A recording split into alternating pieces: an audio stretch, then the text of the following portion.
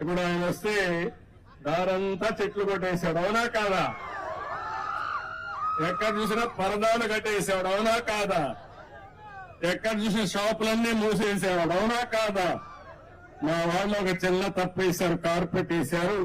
ఇప్పుడే చెప్పా, ఇక్కడ రాజు రాలేదు, లేకపోతే కింగులు రాలేదు, ప్రజలకు సేవకులు వచ్చాం, పొలాల్లో నడుస్తాం, లేకపోతే వాళ్ళ దగ్గరికి వెళ్తాం.